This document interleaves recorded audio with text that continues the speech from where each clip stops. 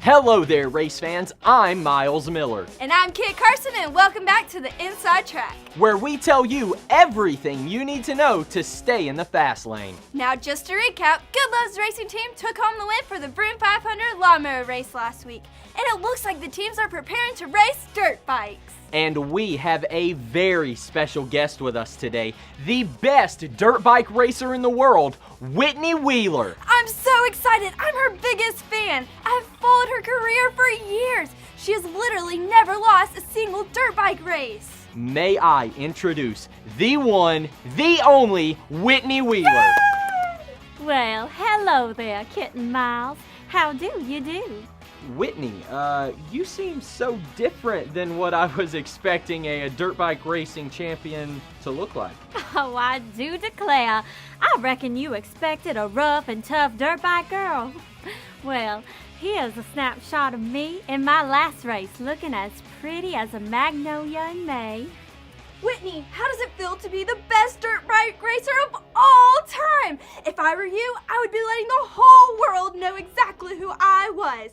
I would drive around town, honk my horn and say, "Oh, hey, Whitney Wheeler here." I'd rub it in everyone's face that I was the best. Well, now, I don't reckon that would be the best way to act. You see, I love my fans and my fellow racers, and, well, love is not rude. So, you love your fans and fellow racers? Is that hard to love people you're competing against? Oh, why certainly. I was fine showing love to the other racers, but then something strange started to happen. Y'all, the other racers started to see how successful I became, and that made them as unhappy as a fly stuck in a glass of sweet tea. They were so upset they started to say some hurtful things. Like I was too girly to be a racer, that I didn't seem like the racer I claimed to be. They mocked me, and I'll be, it hurt my feelings. Oh no, well, that's not good. How did you react? I was about to tell them how they were meaner than a bumblebee caught in a bonnet. But just then, I was reminded of the way Jesus acted when people hurt him. One time, Jesus and his disciples were in the garden, and trouble was brewing right around the corner. Jesus knew what he needed to do and went off and prayed. The disciples said they would keep an eye out, but fell asleep. All of a sudden, they woke to lots of commotion. Guards were coming to arrest Jesus. One of Jesus' disciples, named Peter, was so mad he took a sword and cut off one of the guards' ears. That couldn't have made Jesus happy at all. You're right, Kit. Jesus wasn't happy. He didn't want to be rude to the guard, and he certainly didn't want Peter to cut his ear off. So Jesus healed the guard's ear. Wow, Jesus healed someone that was trying to arrest him? Now that's love. After Jesus was arrested, he was taken to the high priest, who then sent him to a man named Pilate. When Pilate saw Jesus, he asked him, "Who do you think you are?" This would have been the perfect time for Jesus to tell everyone exactly who he was and why he came to earth. Jesus could have told them all about the miracles he performed and how he was the Son of God.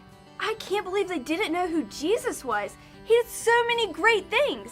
Didn't they know who they were dealing with? I suppose not, Kit. But you know what? Jesus did not argue or fight with them. He stayed as quiet as a sleeping lion. He didn't brag or boast. He showed love to those people by not being rude.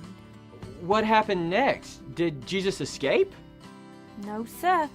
What happened next was more terrible than a twirling twister.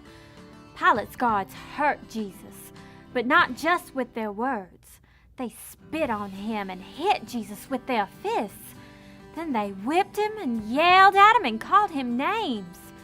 It would have been easy for Jesus to fight back, but the whole time, Jesus was not rude. You mean to tell us that while all of this was happening, Jesus was never rude? No, ma'am, not even once. In fact, things got a lot worse. The guards nailed Jesus by his hands and feet onto a cross and left him there to die. Even though Jesus had been arrested, called names, spit on, beaten, whipped, and hung on a cross, he never once was rude to anyone. He showed all kinds of love to those people because Jesus knew it was the right thing to do. He came to take the punishment for the wrong things we do, and he did that for us because he loves us. Now, after I remembered that story, I realized that no matter what those other races did to me, I did not want to fight back or be rude. I knew I wanted to do what Jesus did and show love because love is not rude. That is an amazing story, Whitney. Thanks for sharing. Thanks for having me.